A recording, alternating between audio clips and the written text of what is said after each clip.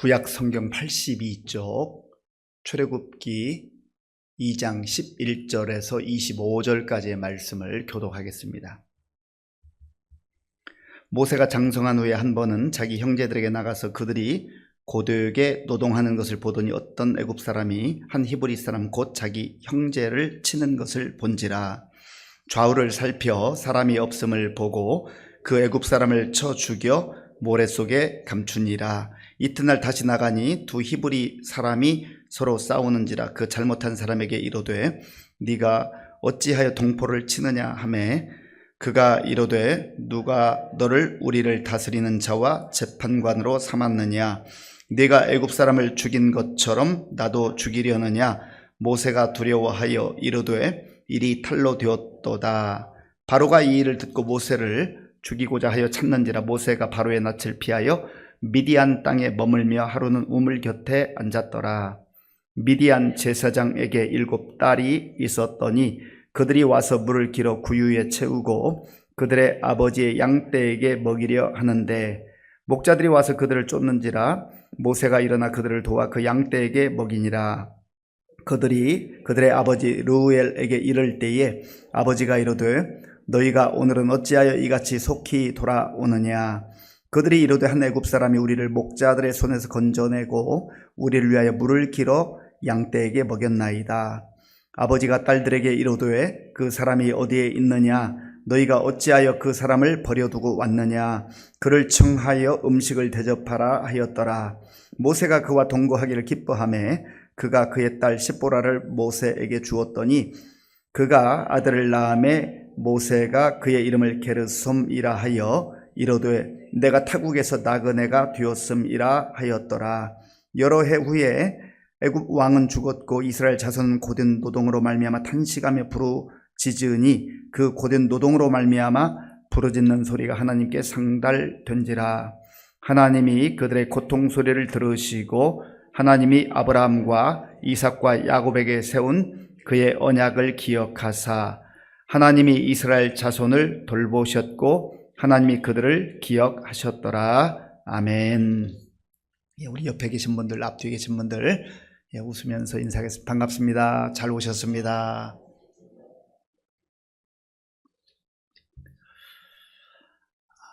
우리는 모세가 살 수 없는 상황 가운데서 3개월 만에 갈대 상자에 이렇게 뉘어져서 나일강에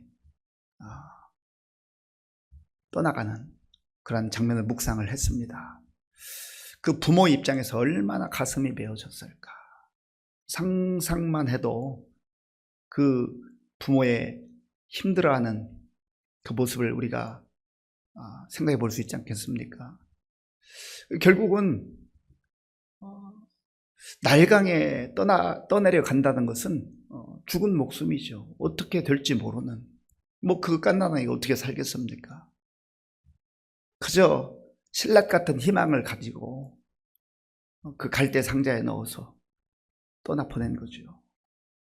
그런데 하나님의 놀라운 돌보심 가운데에 마침 그때에 바로의 딸 공주가 나와서 그 갈대 상자를 발견하고 열어보니까 아기가 있는 거, 히브리 아이인 걸 알면서도 자기 아버지의 명령으로 이 히브리 아이들은 다 죽이라는 것을 알면서도 자기의 아들로 입양을 하게 되죠. 그때에 모세의 누나가 되겠죠. 미리암이 그 광경을 지켜보고 있다가 제가 혹시 유모를 한 명 구해와도 되겠습니까? 그래, 구해와라 했는데 누가 갔다고요? 모세의 어머니, 미리암의 어머니가 요게벳이 유모로 들어가게 된 거예요. 참 이런 기가 막힌 상황이 어떻게 펼쳐졌습니까?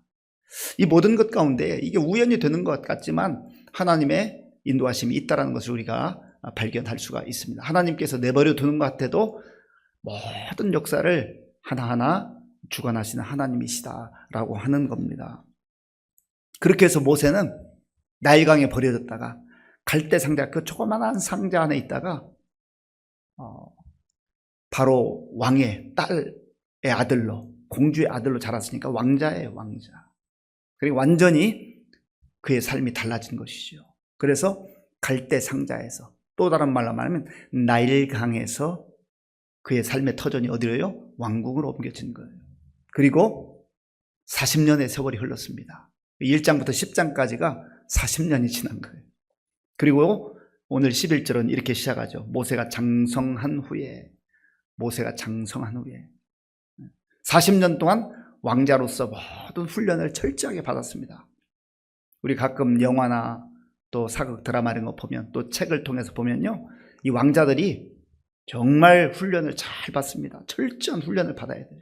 누가 왕이 될지 모르니까 뭐 세자로 책봉된다든지, 또 훗날 왕이 될지도 모르니까 철저하게 그 법도에 따라서 교육을 받게 됩니다. 그저 이론만 받는 게 아니에요. 지식으로만, 학문으로만 공부하는 게 아니라 문무를 겸비한, 그러니까 무예도 잘 해야 됩니다. 그래서 신체 건강, 또 정신 건강, 또 지식적으로도 모든 것을 갖추는 그런 인재로 세워지게 된다는 것이죠. 그리고 모세가 장성한 후에, 21절 장성한 후에 이렇게 나오지만 벌써 40년이 흘렀다는 것을 어떻게 할 수 있는가? 이 출애굽기에는 40년이 흘렀다라고 하는 직접적인 이야기가 나오지 않습니다. 그런 내용이 언급되지 않아요. 그런데 신약성경 사도행전 7장을 읽어보면 스데반의 설교를 통하여서 이때가, 모세가 장성한 때가 40년이 됐다, 40세가 됐다라는 것을 보여줍니다. 자, 사도행전 7장 22절과 23절 말씀. 사도행전 7장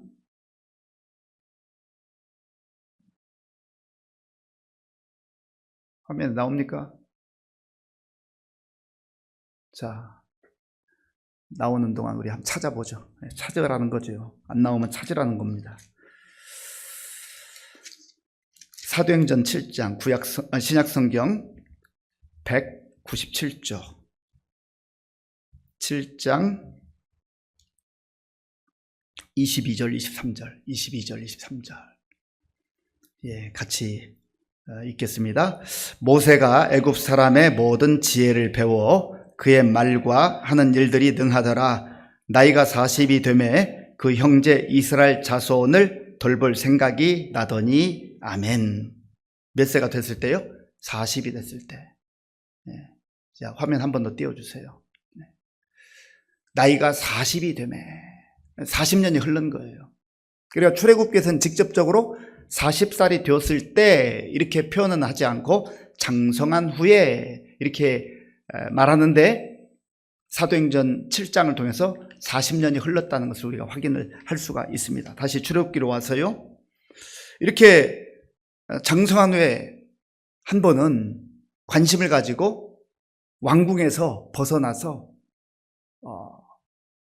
삶의 자리로 백성들이 어떻게 살아가는가, 그 장면을 보기 위해서 나갑니다. 자, 우리 11절을 함께 읽겠습니다. 모세가 장성한 후에 한 번은 자기 형제들에게 나가서 그들이 고되게 노동하는 것을 보더니 어떤 애굽 사람이 한 히브리 사람 곧 자기 형제를 치는 것을 본지라. 아멘. 이 11절 우리가 좀 깊이 들여다볼 필요가 있는데요, 모세가 장성한 후에 40세쯤 됐을 때는요, 이제 어떤 면에서 자기가 그 왕궁에서 굉장한 자리를 잡았어요. 지식적으로 남에게 뭐 이렇게 꿀리지 않고 얼마든지 실력을 발휘할 수 있고, 또 무예도 대단한 실력을 갖췄던 것으로 보여집니다. 장성한 후라고 하니, 장성하다라는 단어는요, 히브리어로 가달이라는 단어인데 아주 강력해지다, 힘을 발휘할 그때를 말하는 겁니다. 장성했다는 거. 그저 단순히 신체적 나이가 어느 정도 찼다 하는 그 이상이에요. 그러니까 얼마든지 힘을 발휘할 수 있을 그때, 실력을 갖춘 그때에 누구에게 나가요? 자기 형제들에게 나갔다. 자기 형제라는 표현이 오늘 11절에서 두 번 나와요. 한 번은 자기 형제들에게 나가서 그들이 고되게 노동하는 것을 보더니 어떤 사람이, 애굽 사람이 한 히브리 사람 곧 누굴 쳐요? 자기 형제를 치는 것을 본지라. 지금 자기는 왕자잖아요. 왕국에서 얼마든지 편하게 살고 있잖아요. 그런데 왜 그 어떻게 보면 복잡한 세상 속으로 가냐 말이죠. 왜 간 거예요? 그냥 호기심 때문에 궁금해서 간 게 아닙니다. 그것만 가지고 간 게 아니에요. 그의 마음속에 어머니로부터 교육받은 신앙교육, 가정교육, 그리고 정체성 교육, 이 모든 것들이 어우러져서 장성할 때가, 가장 자기가 강한 때가 되었을 때에 단순히 둘러보러 간 것이 아니라, 호기심 때문에 간 것이 아니라 뭔가 내가 좀 해야 되겠다, 그렇게 결심하고 나갔던 거예요. 그리고 자기 형제들이, 자기 민족, 자기 백성들이 어떻게 살아가는가 하는 것을 본 겁니다. 봤는데 보니까 어떤 애굽 사람이 이 히브리 사람을 막 치는 거예요. 이 치다라고 하는 것은요, 괴롭히다라는 정도가 아니에요. 죽을 정도로 힘들게 하는 건 말이에요. 살아갈 수 없어요. 숨이 막힐 정도로 힘들게 하는 그러한 모습을 본 겁니다. 그러니까 얼마나 울분이 솟구쳐요. 왜요? 지금 이 40세가 됐을 때 모세는, 나는 비록 이집트의, 애굽의 왕자로서 왕궁에 편하게 살 수 있지만, 그러나 이 정체성이 불끈하고 올라온 거예요. 나는 히브리 사람이다. 그 어머니의 신앙교육을 통해서 자기 정체성이 왕자, 그동안에는 왕자로서 살았지만 겉모습은 여전히 왕자지만 그의 심장 속에는 나는 하나님의 백성이다, 나는 히브리 사람이다, 나는 이스라엘 백성이다, 그러한 정체성이 형성이 됐기 때문에 나가 본 것입니다. 보니까 너무너무 열불이 나는 거예요. 참을 수가 없어요. 못 본 채하고 들어올 수도 있잖아요. 뭐 굳이 왕자가 그런 것까지 신경 안 써도 되잖아요. 그런데 뭐 울분이 일어나니까 좌우를 살펴봐 사람이 없는 것 같으니까 그 애굽 사람을 쳐서 죽였어요. 그 열정은 좋은데, 정의감은 좋은데, 또 자기 백성을 구출하고자 하는 그 마음은 좋은데, 이 모세의 그 뜨거운 마음이 잘못된 방식으로 그렇게 나타나는 것을 보게 됩니다.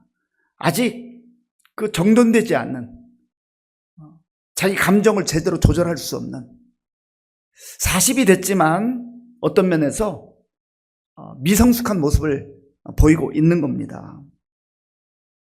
그리고 이튿날 또 나갔어요. 이튿날 13절 같이 읽어볼까요? 이튿날 다시 나가니 두 히브리 사람이 서로 싸우는지라. 그 잘못한 사람에게 이르되 네가 어찌하여 동포를 치느냐 하매, 아멘. 그 다음날에 나가보니까 이제 자기 동포들끼리 싸워요. 가만히 지켜보니까 잘못한 사람이, 모세가 딱 지켜봤을 거 아니에요. 잘못한 사람이 있어요.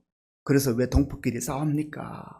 하고 이렇게 이야기했죠. 그러면 뭐 이만저만해서 좀 내가 감정을 추스르지 못하고 이렇게 했다 하면 좋은데, 오히려 적반하장이라고 잘못한 사람이 큰 소리 치면서 당신이 뭔데, 당신이 도대체 뭔데, 우리의 주관자가 되는 것처럼 그렇게 하나. 어제는 애굽 사람 죽이더니 오늘은 또 나를 죽이려고 하느냐, 그렇게 큰 소리로 얘기하는 거죠. 그래서 이 일이 탄로나게 된 겁니다. 아마 모세가 이 둘러보러 갔을 때는 왕자가 입는 옷을 입고 갔지 않았던 것처럼 보입니다. 뭐 여기에 성경에 자세히 나와 있지는 않지만 추정을 해볼 때 그래요.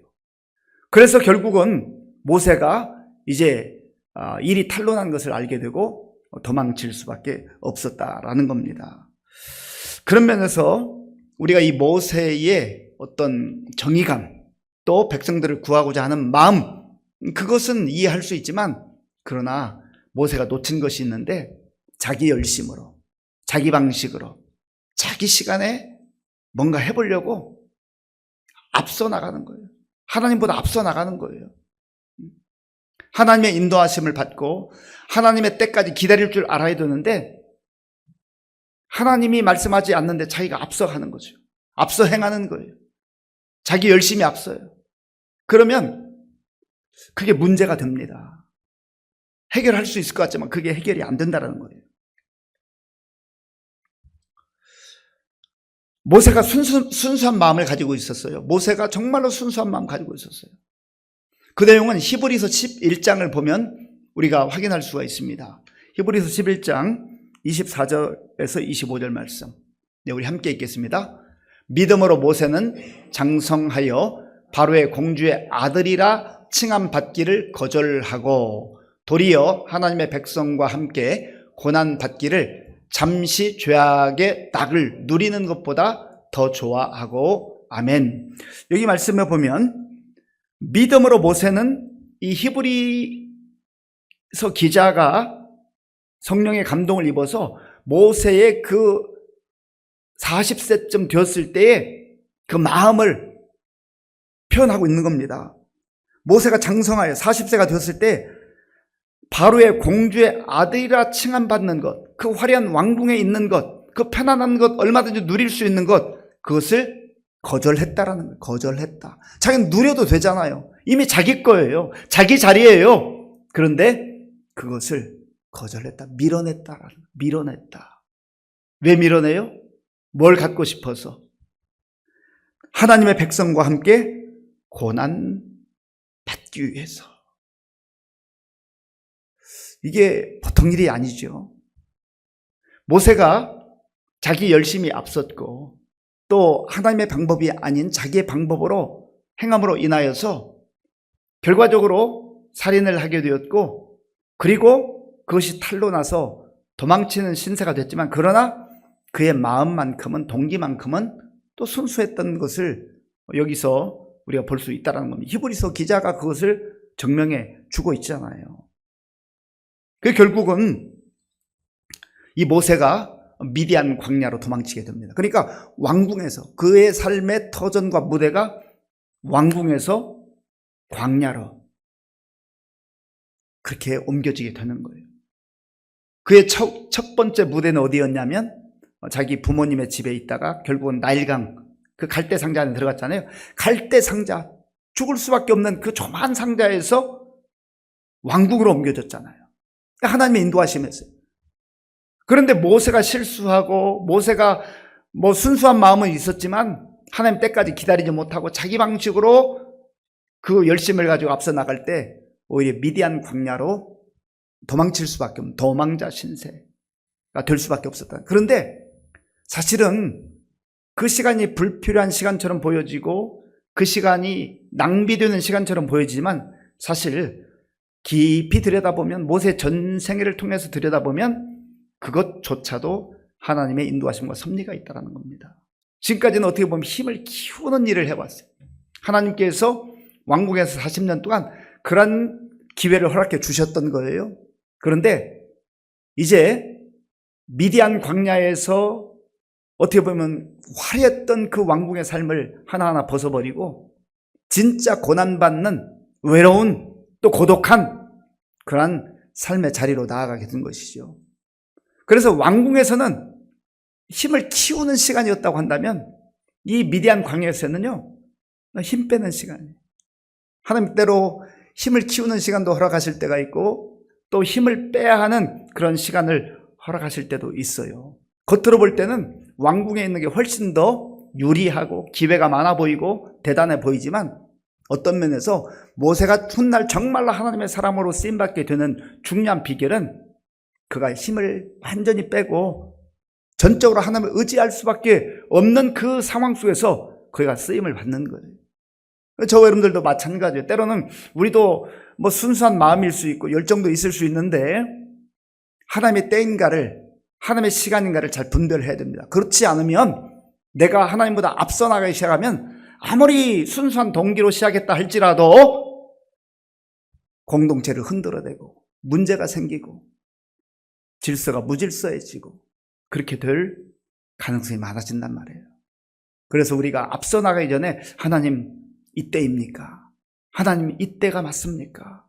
하나님, 이렇게 하는 것 맞습니까? 하나님이 원하시는 방향이 이 방향이 맞습니까? 하나하나 물어야 한다라는 거예요. 우리가 이러한 삶의 방식과 태도, 자세는요, 교회에서도 그렇지만 가정에서도 직장에서도 우리가 속한 어느 공동체에서든지 이러한 영적 원리는 똑같이 작동해야 되는 거예요. 그러면서 저희들이 늘 겸손한 자세로 하나님과 교제하고 하나님의 음성에 민감하게 반응하고 또 하나님께 엎드려 기도하는 그러한 태도를 갖는 게 중요하다라는 겁니다. 모세가 미디안 광야에 갔는데 우물가에 가보니까 어떤 여자 목자들이 양떼를 이렇게 몰고 왔어요. 그래 물을 먹이려고 하는데 가만히 지켜보니까 조금 있다 어떤 남자 목동들이 와가지고는 먼저 왔는데 이 여자를 막 밀쳐내고 막 험상궂게 하면서 자기들이 늦게 왔으면서 순서를 지키지 않고 새치기를 한 겁니다. 그러니까 모세가 가만히 보고 나서 그 상황을 이렇게 이제 제압을 해요. 어떻게 보면 억울하게 당하는 그 여자 목자들을 도와주죠.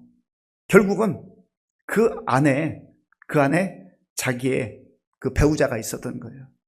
르우의 딸들이 함께 양떼를 이렇게 몰고 와서 결국은 모세가 참 그 순수한 마음이 있어요. 그 좋은 마음이 있지요. 그 바탕 자체가 참 귀합니다.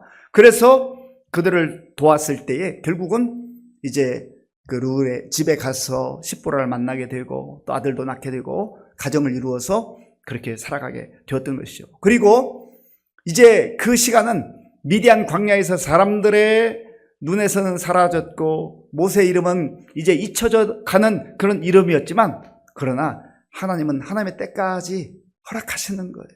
그 시간까지 기다려야 돼요. 그리고 하나님께서 이스라엘 백성들의 그 눈물과 아픔과 고통을 보시고 기억하셨다. 그 내용이 이제 24절 25절에 있죠.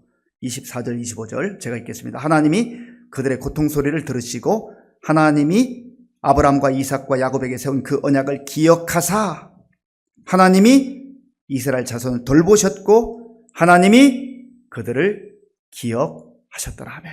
여기 보면 계속해서 주어가 모세가 아니에요. 모세가 아니고 하나님이 들으셨고 하나님이 기억하셨고 하나님이 그들을 돌보셨고 하나님이 그들을 기억하셨더라. 그들만 기억하겠습니까? 그들만 돌보겠습니까? 그들의 신음소리만 들으셨겠습니까?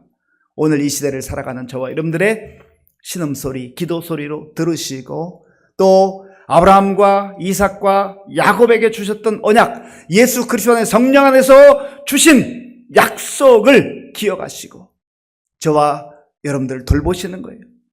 어떻게 보면 저 여러분들의 발걸음이 지금 왕궁이 아니라 미디안 광야와 같이 정말 외롭고 쓸쓸하고 버려진 것과 같은 그러한 환경에 처해 있는 우리 성도님들도 있을 겁니다. 때로는 그 시간이 너무 고달프고 너무 힘든 시간이지만 필요하기 때문에 하나님께서 허락하시는 거예요. 하나님께서 때가 되면 반드시 하나님의 방법대로 하나님께서 역사하시는 것입니다. 이 말씀 마음에 꼭 기억하시고 이제 우리가 하나님의 시간, 그 시간이 언제인가를 하나님께 여쭙고 또 내 방법이 아니라 하나님의 방법이 무엇인지를 또 묻고 또 내 열정이 아니라 하나님께서 주시는 그 비전과 꿈을 가지고 나아갈 때 하나님께서 우리의 삶을 통하여서 또 다른 사람을 세우고 공동체를 세우고 하나님의 일을 이루어가는 그러한 모든 과정들을 우리가 목도하게 될 것입니다. 이 말씀 마음에 새기시고 우리 각자에게 깨닫게 하시는 주의 말씀대로 또 우리가 살아갈 수 있기를 바랍니다. 이 시간 말씀을 생각하면서 함께 기도하기를 원합니다. 모세가 40이 되었을 때 정말 어떻게 보면 그 인생 가운데 최고로 힘센 그때일 거예요. 내가 뭔가 해봐야 되겠다. 내가 할 수 있겠다. 그러나 자기가 나선다고 되는 게 아닙니다. 하나님께 묻지 않은 거예요. 그 마음은 좋았어요. 순수했어요. 그러나 순수함만 갖고 되는 게 아니에요. 하나님의 때를 분별할 수 있어야 돼요. 하나님의 방법이 무엇인지를 물어야 돼요. 그럴 때 하나님께서 그 삶을 인도하시고 또 그 사람을 이끌어 가시는 겁니다. 하나님, 이 모세 이야기가 모세만의 이야기가 아니라 우리의 이야기인데, 나의 이야기인데 내가 하나님보다 앞서 행했던 것이 뭔지를 또 잘 분별하게 하시고 하나님께서 깨닫게 하시는 말씀을 우리가 잘 가슴에 새기고